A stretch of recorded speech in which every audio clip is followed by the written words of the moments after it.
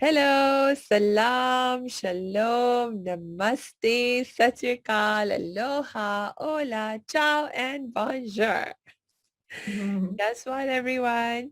We have Lillian Shewring back with us. She's a creative coach and intuitive healer. And last time we had such a fabulous conversation about how to bring out your creativity and how being more creative can actually help you make change more fun and easy. And I'm so excited to have you back, Lillian. Yay. Thank you so much for having me back. It's a real honor. Yes, I'm so Mm. pleased because, last time we were starting to dig deeper into the benefits of the creative process and all the different ways it can help us. But of course, we ran out of time. And Mhm. one of the really important things I wanted to talk to you about was the more therapeutic benefits and applications of the creative process, because I know Yeah. that Yeah. is something you're very passionate about and you're so good at. So please Mhm. tell us more. Yeah, absolutely. Yeah, it's really interesting when I talk to people about this, like I guess, so my title is a holistic integrated creative arts therapist. And when I ask people what they think that is and how they think it would benefit them, often there's a kind of just a misunderstanding or a misinterpretation of like the profundity and the level, like the depth of how this type of practice can help people. Because Mhm. often they think it's just like, oh, it's a fun kind of creative modality that will help people to feel better, but actually there's some really interesting research and it's in the same vein as the research surrounding meditation and mind-body medicine, where when we're in creative flow, our brain waves are actually altered and we're accessing these meditative states. And what that does to our physiology and to our mental health is incredible. When we can deactivate the fight or flight response or the stress response in our body and activate the parasympathetic nervous system and go into a state of relaxation and calm, there are a whole host of mental and physiological benefits that occur, like our blood pressure is lowered, our breathing rate slows, our immune function is improved, our digestion is improved. And people aren't aware of that. And it's amazing. Like people are aware that, I mean, especially if they're in this line of work, there is a kind of awareness that, when you deactivate the sympathetic nervous system and you go into a parasympathetic mode, that it's really beneficial.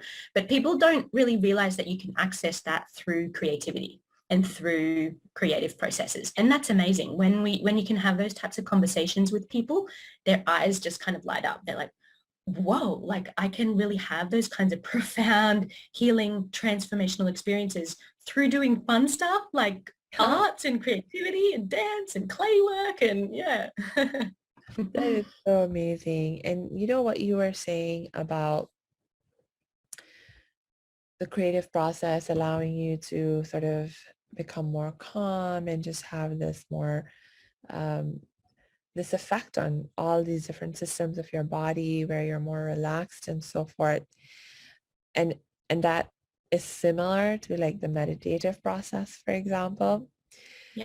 It just made me think about how when I was learning about energy healing work, one of the most important lessons that we learn as energy healers is how necessary it is for people to be relaxed in a relaxed state in order to actually receive the healing and for it to have Mhm. an impact and an effect Mm. on them.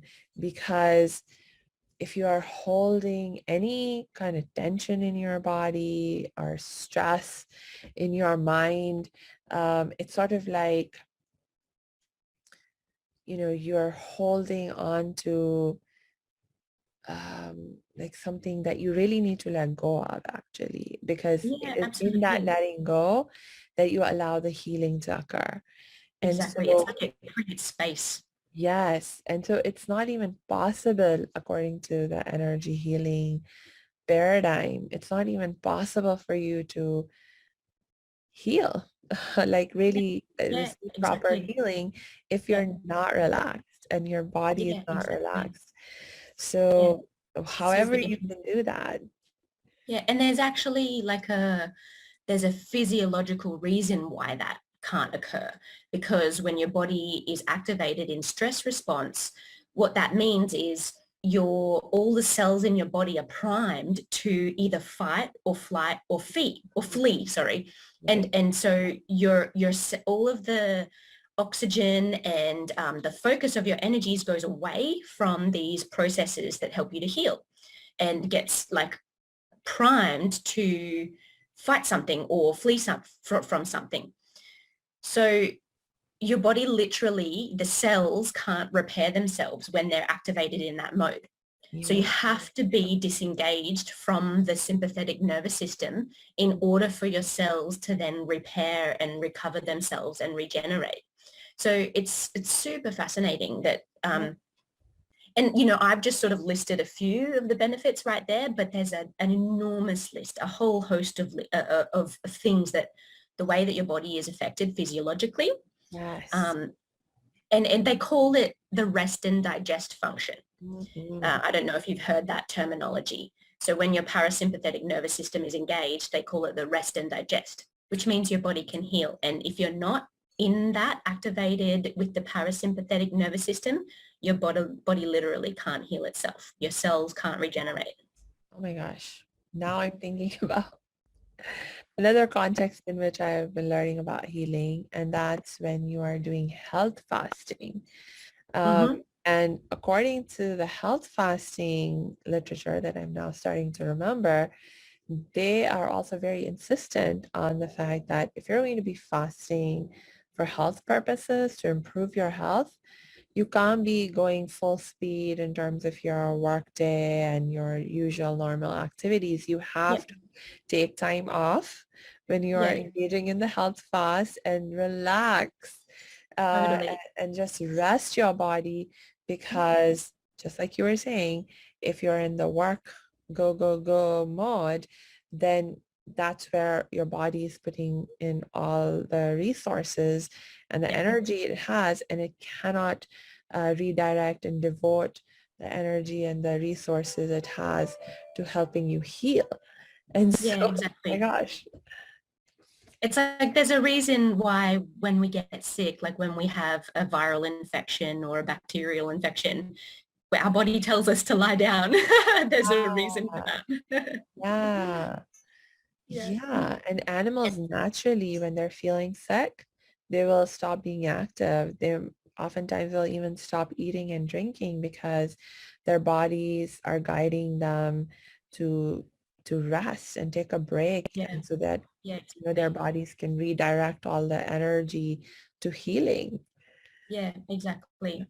And I guess like the applications of that in the real world in terms of like how that integrates with working with our mental health. For example, the applications in the mental health arena, working with anxiety, depression, PTSD, it's incredible the profound transformation that can occur when we allow ourselves to slow down and to access these deeper states of rest and meditation, and through creativity that we can also access emotional expression. We can access types of nonverbal communication, which is like reconnects us to these primal states of our psyche and our subconscious, which can really help us to heal like a lot of ailments, particularly in the mental health arena, but also looking at as a complementary medicine practice to traditional medicines.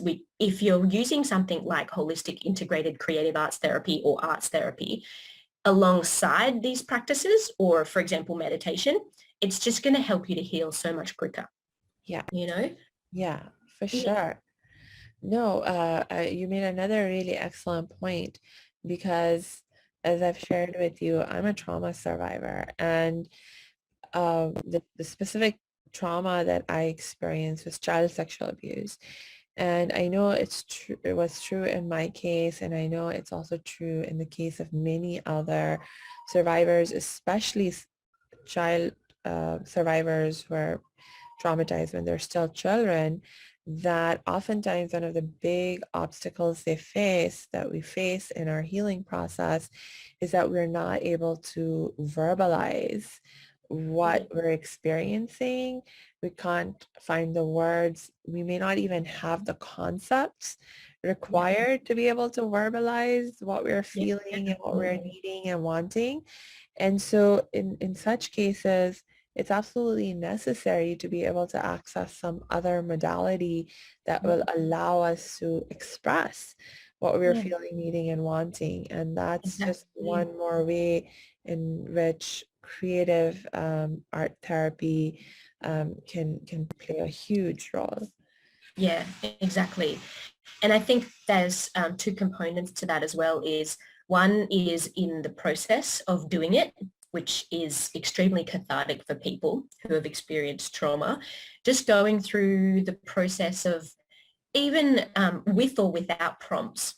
Sometimes being prompted is can be very helpful as well, but with or without prompts, just the process of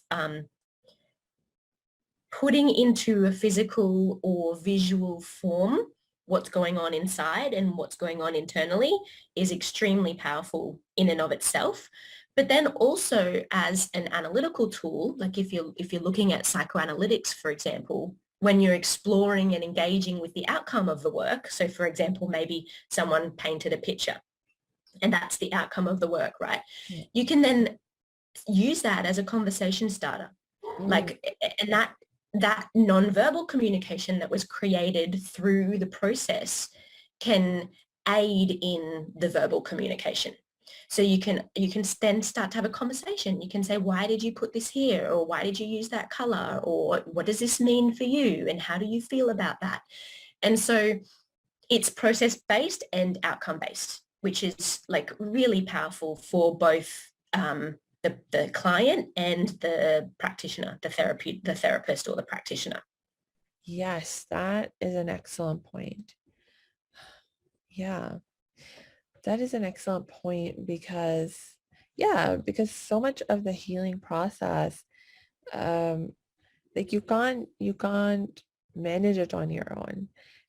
If you don't have the skills and the knowledge of how to heal yourself, how to heal trauma, then it's almost impossible to manage all this on your own. So you have to, Mhm. it's such an excellent point that with this kind of modality, not only can it be immensely healing and cathartic, as you said, while you're in the process, but it's also a great communication tool for whoever is Mm. able to help and support you in that process. Yeah, Mm. absolutely. And I think also one thing that just came up for me when you were speaking about that is also, I think it's also really important to remember that healing is not the result. It's a process as well.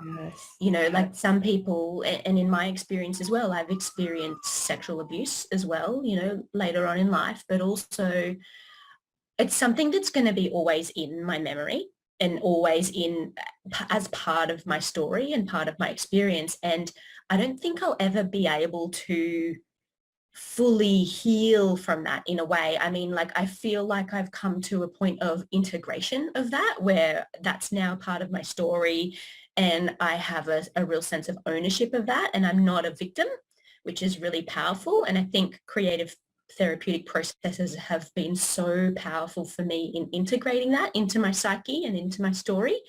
But it's a continual process. Yeah. It's like people who are suffering from grief and loss, the point is not to forget. The point is not to completely rid that of your life. The Yeah. point is to be able to understand and to integrate what that what that experience means to you and Mm. how you've come through that out the other side and what you've learned from that. And I think that's a really powerful message or part of the conversation is that it's a continuous journey. It's a continuous process of healing. Yeah. It's like a day by day practice, Mm. Mhm. Yeah. Not only is it a continuous process that can be ongoing for decades, maybe your entire life, but the part about forgetting One of my pet peeves, honestly, has been like when people talk about, oh, just forget it.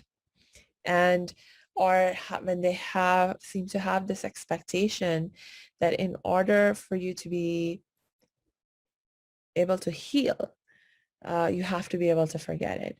Or if you in order to I was just watching this Indian drama.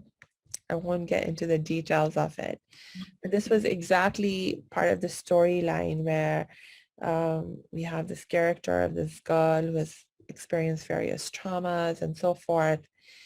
And basically she's being told, will you ever be able to forget what has happened to you? And if you can't forget, then how can we trust that when you get into this new relationship with that you won't bring that trauma in with you, and it won't adversely affect this new relationship that you want to create. And they were like, you can never forget. What you have been through is just so traumatic. You have been living with it for so long. You cannot forget. So you better Mm-hmm. forget about this relationship. Mm-hmm. Mm-hmm. And I was like, no, Yeah, no. no, What an no, unrealistic expectation, and what a completely. misunderstanding of trauma healing. Totally, totally. And something that just came up for me as well just then is I don't want to forget my trauma because the learning that occurred for me in that experience meant that I became a new person. Yes. And it's difficult for people to grasp this concept when they've not experienced something like this, or they haven't gone through this type of process where they've learned to heal and forgive and integrate their trauma. But in a way, in a weird way, I'm kind of grateful for my trauma Yeah. because of the learning. Yeah. And it's difficult for people to comprehend that, because it seems like, oh my gosh, this horrible, awful thing happened to me. Yeah. Why would I be grateful for that? But actually now I will never, ever allow myself to put myself in a position like that where that can occur to me. Yeah. So in a way, having that experience was so profound that if I ever forgot that, I would probably experience that again, Yeah. because I was kind of naive. Yeah. And so I don't ever want to forget because I learned a powerful lesson. Do you Mm. know what I mean? And so once you come to that point of integration or resolution of an experience like that, you can powerfully say and step into, yes, that's part of my story. Yes, it was, can I swear in on this channel? Like, Go for it. yes, it was fucked up, but I will never ever experience that again because now I know how to navigate that. You know what I mean? Like, Yes, I know what you mean. I know what you and mean. that's so powerful for anyone who is a victim of abuse or trauma, anyone who is a victim, if you can bring in some kind of sense of ownership of that's part of your story and to really find out what's the key learning or what's the learning or how you can transform that fucked up experience into something now like a silver lining in a way that's like that's really powerful for victims of trauma and abuse. It is, and actually that's the key that allows us to transform from victims to survivors, and actually even from survivors to thrivers, and Yeah. experiencing what's called this post-traumatic growth, where Mm-hmm. you are able to actually go beyond even the point of recovery to Mm-hmm. becoming even stronger and better off than you were prior Yeah. to your experience of trauma. Yeah. Yeah, And exactly. that all happens because it's not in spite of or Yeah. despite the trauma. It's because Yeah. of the trauma that you're able to Exactly. experience that growth. And Exactly. Yeah. oh, It's like now through my work, I can educate other women on mm, how to avoid that, and if I had have never had that experience, yeah, maybe I wouldn't be empowering so many other women and people in my community.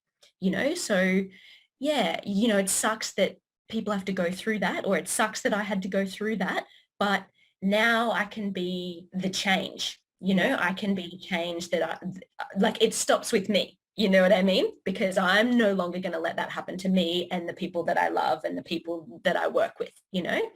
So yeah. Yeah. And the other aspect of the learning is that, for example, now I'm thinking about survivors of domestic violence. I worked for 4 years as a crisis counselor on a domestic violence hotline. And one of the things that I learned that's sort of different in the experience of domestic violence survivors versus a lot of sexual assault survivors is that for a lot of sexual assault survivors, the trauma that they experience is maybe a one-time event. In the case of child sexual abuse, it can be more of an ongoing process, but it's still, well, I won't start generalizing, but for most sexual assault survivors, thank God, it's like a one-time trauma. But Yep. with domestic violence survivors, or if you're a survivor of emotional abuse or other kind of abuse that's like ongoing over a period of time, then, you develop a much more complex and layered trauma. Yep. Yep. And, and, and, you know, it's notoriously difficult to break Mhm. free of an Yeah. abusive relationship. And one of the big reasons why it's so difficult to break free is because of this learning process where, Mhm. actually, at least in America, the research that I have seen, it shows that a survivor who will make between 5 to 7 attempts to leave the abusive relationship Mhm. before they're Mhm. able to actually successfully leave, Mhm. Yeah, I've heard that because statistic. there's such a huge learning curve in terms Mhm. of figuring out like what in the world is actually wrong and how to address it and change it, that it takes all that time and all that effort of trying to leave again and again and again and again Exactly. before you're able to be successful. Yeah. So, but once you learn it, like you said, Lillian, then you know that lesson for life. And then Yeah. and then it's just something that you can deal with. So then you don't have to get stuck in that again. Mhm. Yeah, for sure. And I guess that's one of the beautiful things about creative arts therapy is that it's process based and you Yeah, can come back and you can revisit things. yeah, And so perhaps through the process, one day that'll activate a conversation and a learning and an insight surrounding one aspect. And then the next day, a whole host of new insights may be revealed through for you. And even through different processes, like maybe dance may reveal something somatic within your body, like an area of pain and how that relates to your mind-body connection or your psychosomatic experience. But then maybe doing something like clay work might reveal something from your childhood that is perhaps an indicator of something. So there's there's a reason why creative therapy is so powerful is because it's process based and there's so many different aspects and layers to it that can allow you to uncover all of these different layers within your own psyche. ah, Um, true. yeah, That's so true. yeah, And the fact is that the vast majority of people, when you actually do a survey, most people, their best learning methodology is by actually doing. It's not by listening. It's not visual. It's not, um, uh, it's the, I can never pronounce the word, kinesthetic. It's by learn yeah, by doing, and so again, creative arts provide so many options and yeah, an amazing opportunity to learn through doing. yeah, exactly. Yeah, absolutely. And I guess, yeah, like we could talk about the benefits and the applications for so long because it's case by case as well. It's like it's not one size fits all type of solution. It's not like um, painting a picture is a solution for everyone. And I think that's a really important part of the message, is that it's about so much of the process of being a creative arts therapist is also about being a counselor, Mm, in listening to what the person's needs are. Like if you come in as a therapist and think that, you know, just painting a picture is going to solve everyone's solutions and they're going to heal and be transformed, then you're not a real therapist, you mm, know? So I think it's a really humbling experience when you can sit in the role of a counselor and really just like listen actively to what the person's story is and to listen to what their needs are. And then you can then go away and craft your solutions of how you think you may best approach this person's particular case. And yes. it's literally case by case, because every single person's story is unique and different. And I think that's the beauty of it. And yeah, it's about being able to have like this toolkit, so to speak, like a toolkit of resources and creative processes that you can then say, okay, I understand what your needs are now. I'm going to grab this tool, I'm going to grab this resource, and I'm going to show you these things. And the whole point is to give agency to the person.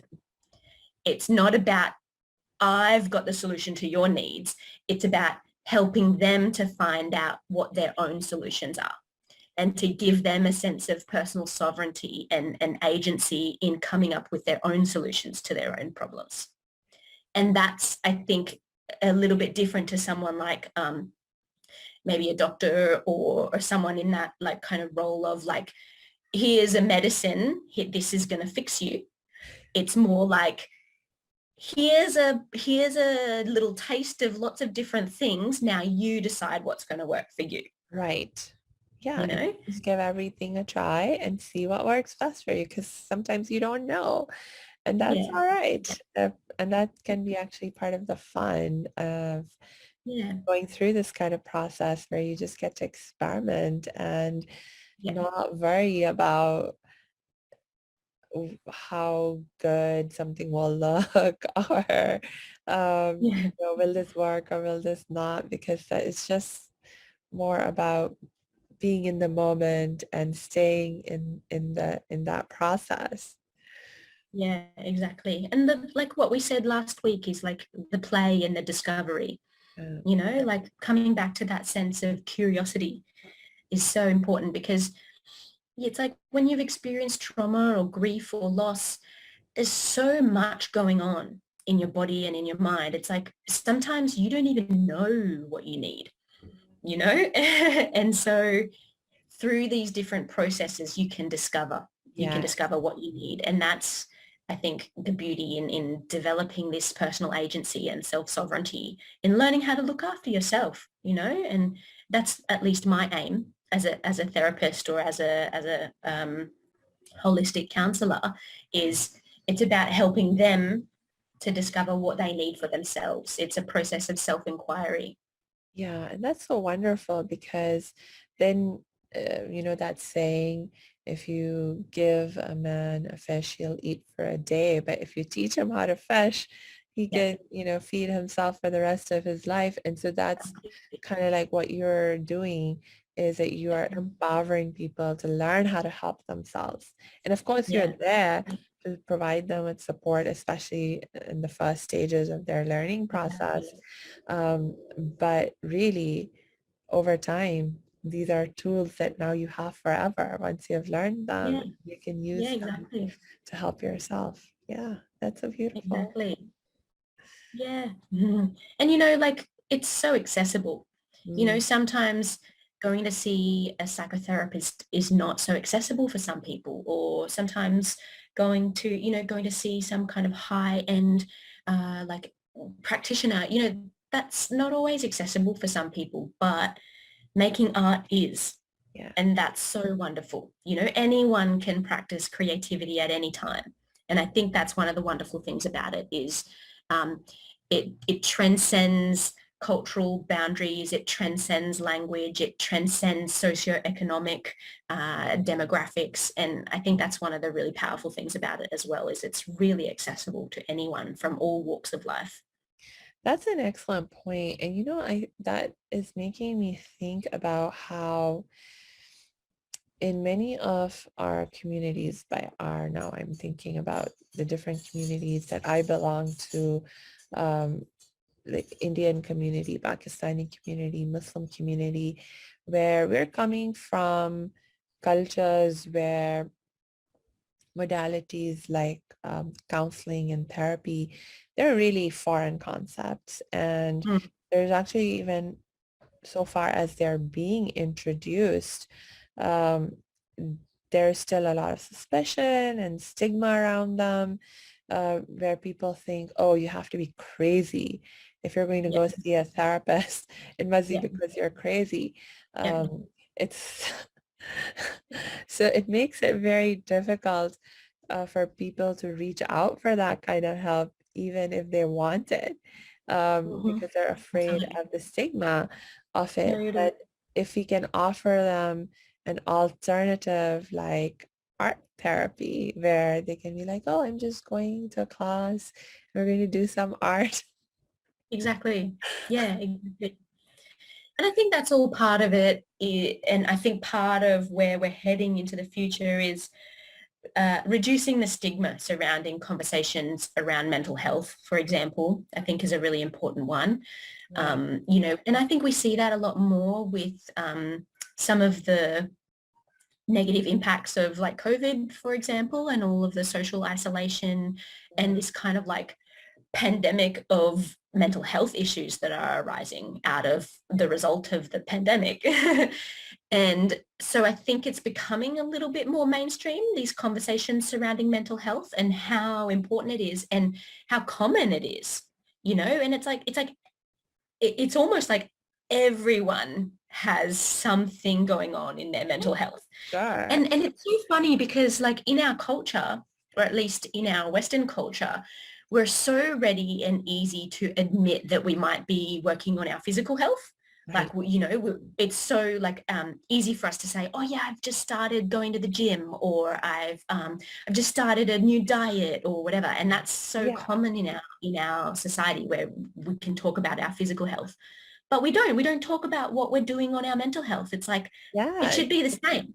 It should be the same. It's like, oh, I'm going to the mental health gym, like I'm going to my weekly creative arts therapy to work on my mental health, and to really bring that into the rhetoric and the cultural communication or cultural conversation rather Yes. is part of the next step in helping Yes. our society to heal as a whole.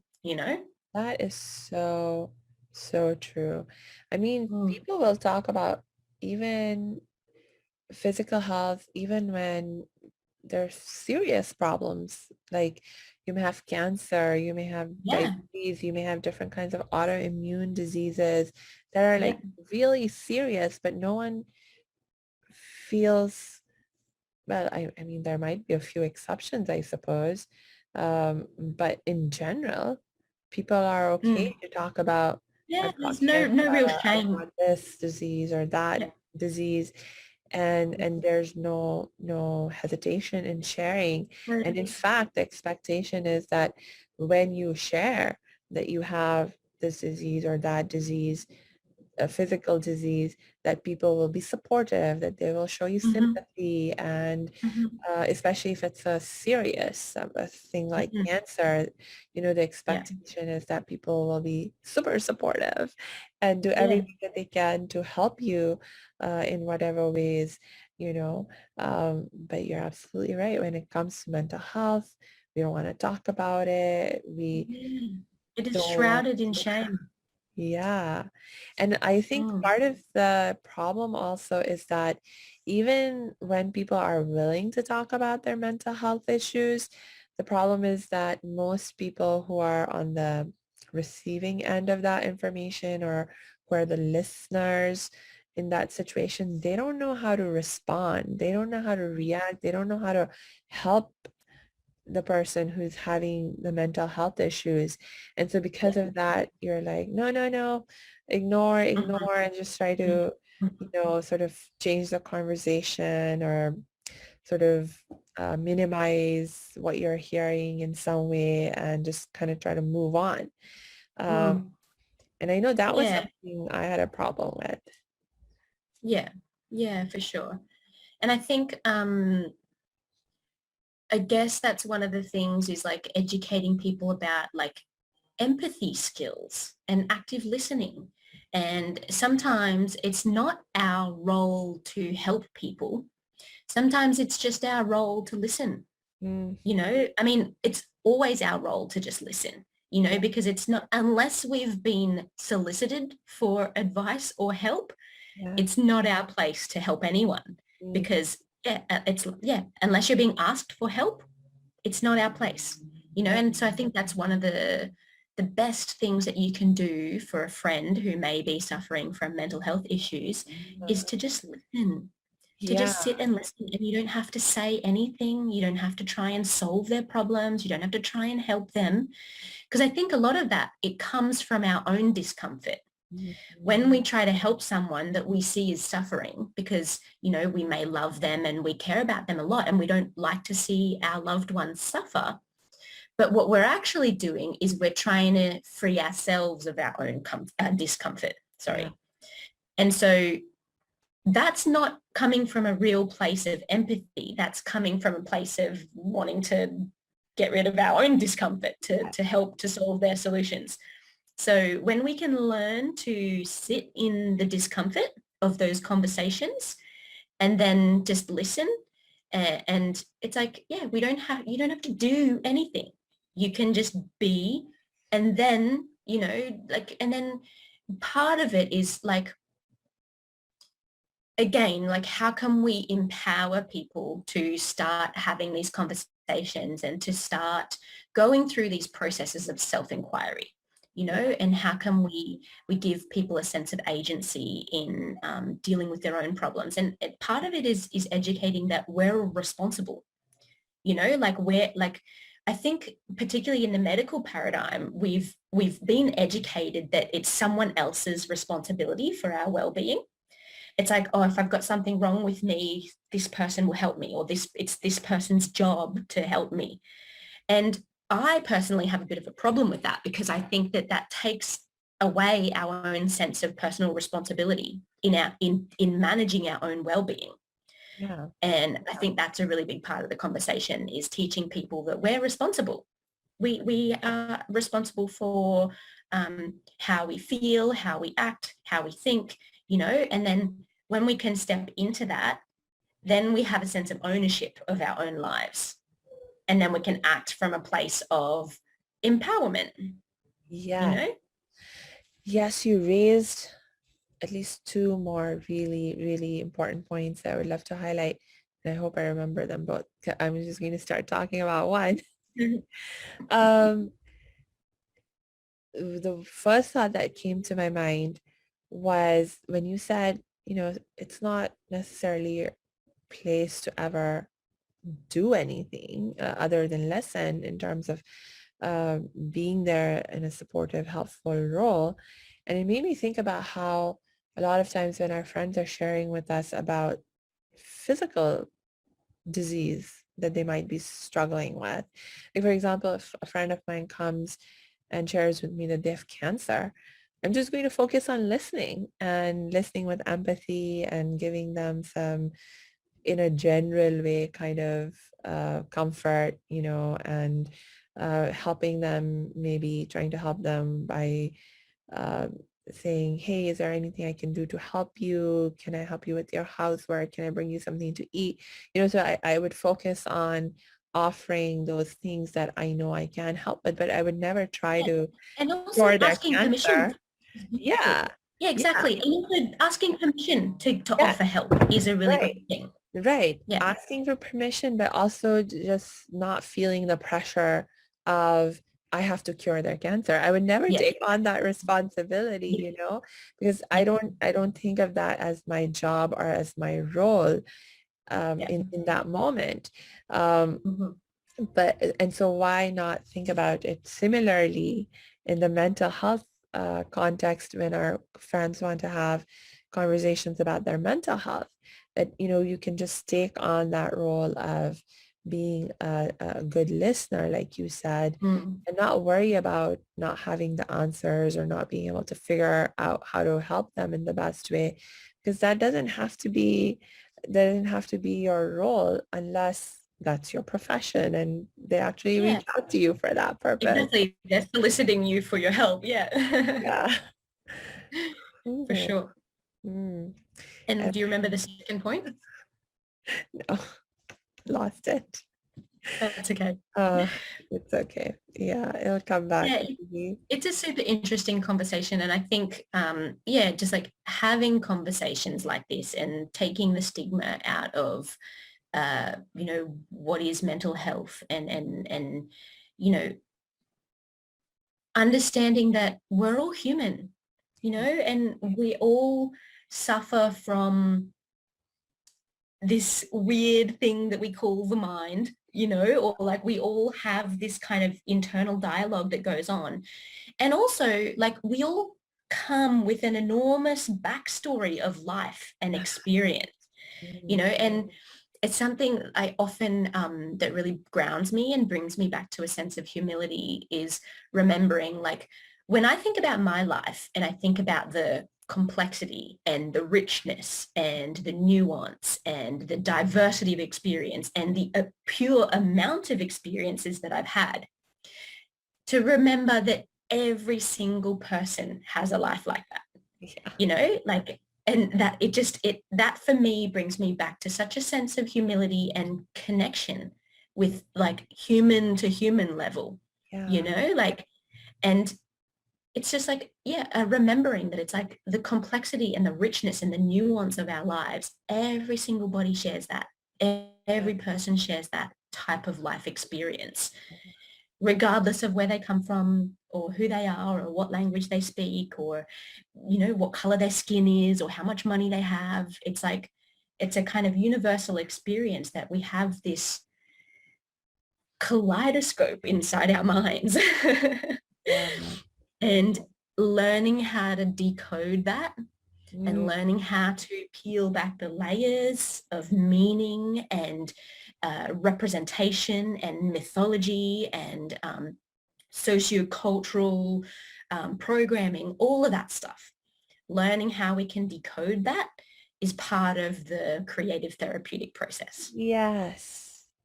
And by going through this process of learning to decode using creative therapies, I think it makes it more fun and more easy. Yeah, yeah, love it. Any last thoughts right now on this subject that we've been talking about? I think just don't be afraid to have these conversations. I think that's probably one of the big takeaways from this is, like, it's okay to talk about what's going on for you. Yeah, yeah. Yeah. Yeah. Awesome. Thank you so much, Lillian. Once again, I must stop our Having me. conversation, even though I'm having so much fun and Yeah, we could we're go on for going deeper hours. and deeper. I know, right? You'll probably need to come back again so we can keep talking about these amazing, really important issues. So Yeah. I'm so grateful once again, Yeah, me Lillian, too. for you taking the time to come and share with us and share Thanks so for reaching honestly out. and vulnerably. Yeah. Thank you so much. I'm really grateful as well. And I hope that people get something out of these conversations. And yeah, I feel really inspired and empowered. And yeah, I'm super grateful. Thank you. And for Mm. our listeners, please make sure you check the show notes and because we will be adding Lillian's links so you can contact her and get in touch with her. And I'll add my links in case you want to get in touch with me. So just reach out for help and we'll be so happy to connect with you. Hey, thanks for tuning into this episode. Hope you're getting value out of it. For your information, this episode has been sponsored by the Happiness 101 program. Are you a change maker, coach, trainer, or healer? Are chains of fear holding you back from making the impact and income you desire? Using a unique combination of positive psychology and the spiritual wisdom of our most effective change makers, the Happiness 101 program helps you break through your limiting beliefs and manifest the abundance and success you desire with fun and ease. Interested? Book a free Happiness 101 exploration call with me, your happiness expert, Samia Bano. Just use my online calendar link in the show notes.